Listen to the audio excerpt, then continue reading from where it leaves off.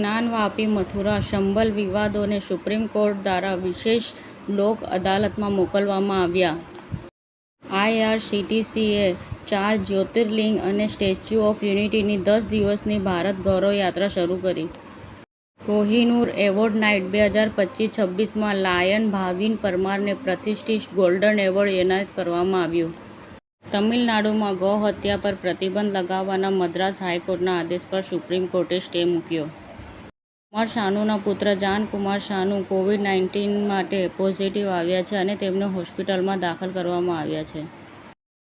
મુખ્યમંત્રી શ્રી ભૂપેન્દ્ર પટેલના માર્ગદર્શનમાં વન અને પર્યાવરણ વિભાગ દ્વારા ગિરનાર અભયારણ્ય વિસ્તારમાં યાત્રાળુઓની સુરક્ષા માટે નિયમો જાહેર કર્યા.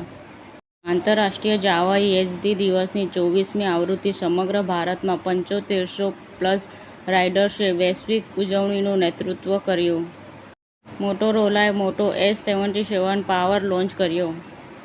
દાન ચોરીની તપાસ વચ્ચે શ્રી રામ જન્મભૂમિ તીર્થ ક્ષેત્ર ટ્રસ્ટે રામ મંદિરના CEO પદ માટે અરજીઓ મંગાવી.